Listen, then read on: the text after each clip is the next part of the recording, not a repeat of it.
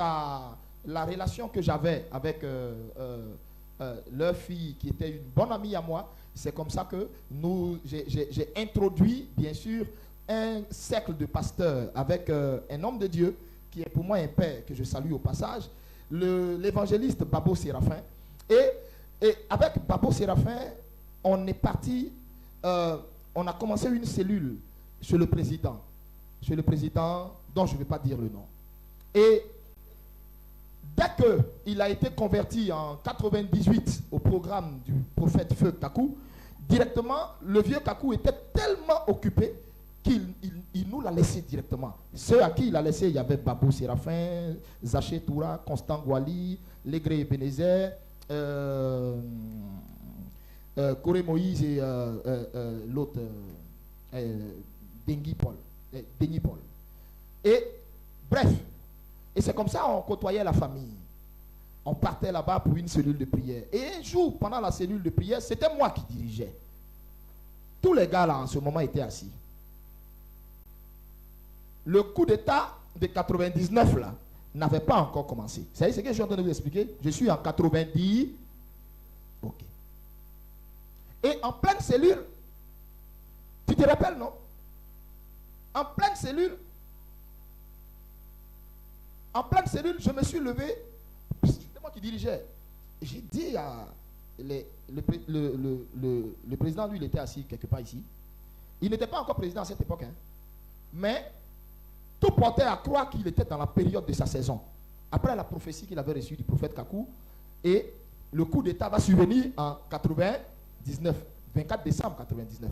Et donc, chez lui à la maison, au golf, les gars étaient à la cellule, et tous les beaux gars, le groupe des Afi et autres, tout ça. Et pendant la cellule, le Saint-Esprit m'arrête. Et je regarde Boga. Et je dis au ministre Boga, qui était assis devant, comme vous êtes assis devant. Je dis, monsieur, s'il vous plaît, tenez-vous debout, j'ai un message pour vous. Il ne s'est même pas levé. Il m'a regardé avec un tel mépris.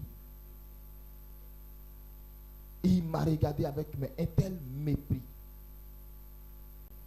Je n'avais pas reçu ce jour-là du Seigneur qu'il était dans une loge. À l'époque, paraît-il qu'il était rosicrucien. Je ne savais pas. On se suit, hein? Voilà. Je ne savais pas. Dieu ne m'a pas dit ça. Donc moi, je ne savais pas. Mais j'avais un message. Et dans le message, c'était quoi? J'avais reçu du Seigneur que... Voici ce que je lui ai dit. J'ai dit, je vous vois. Mais je vois, on me présente une étoile qui est juste au-dessus de votre tête. Et l'étoile que je vois, elle est divisée en deux. Elle est divisée en deux. Mais normalement, elle devait être en parité, en part égale, mais elle n'est pas divisée de façon égale. Il y a une partie qui est plus large que l'autre. L'autre est très courte.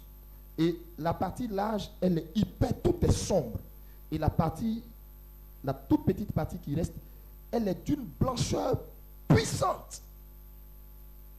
Et l'autre, toute la partie est sombre. Voici ce que me dit le Seigneur.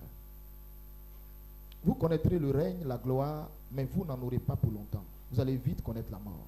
Je ne savais pas que le monsieur là, on allait envoyer roquette sur lui, au point où même son corps, on n'allait même pas trouver reste pour enterrer. Quand je lui parlais, je lui ai dit, levez-vous, voici le message du Seigneur. Maintenant, Dieu m'avait aussi donné la solution. Mais le monsieur était assis. 2 pieds croisés. Un but de lui-même, il me regardait là. 2 pieds croisés.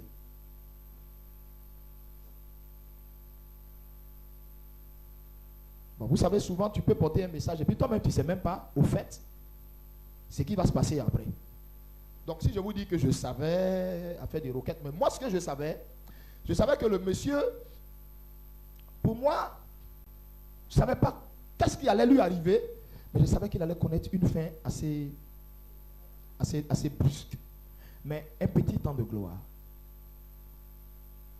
Aux premières heures des histoires d'attaque en 2002, je pense, c'est ça?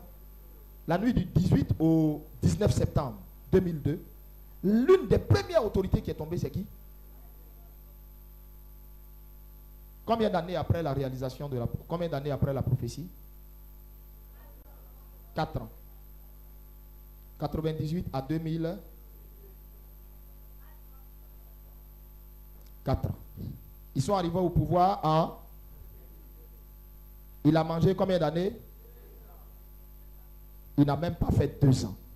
C'est pourquoi il y a des gens qui sont gonflés à cause de leur petit poste ils ont là, directeur des temps, DG des temps, nanani des temps. Si Dieu te fait la grâce de croiser un prophète, devant lui, il faut t'humilier. Parce que tu ne sais pas ce qu'il porte qui peut te sortir de problème. Est-ce que tu comprends ce qu'il te dit? Mais tu le vois, il faut te lever, il y a ton message. Mais il est là, s'il a un but de lui là. Malheureusement, c'est arrivé. Bref, je referme la parenthèse. Donc, j'ai rendu tout ce témoignage pour vous dire que l'attitude dans la présence de Dieu détermine aussi ce que Dieu va faire pour toi. Vous comprenez ce que j'ai dit? L'attitude. Quelqu'un dit avec moi l'attitude. Dis encore fort, l'attitude.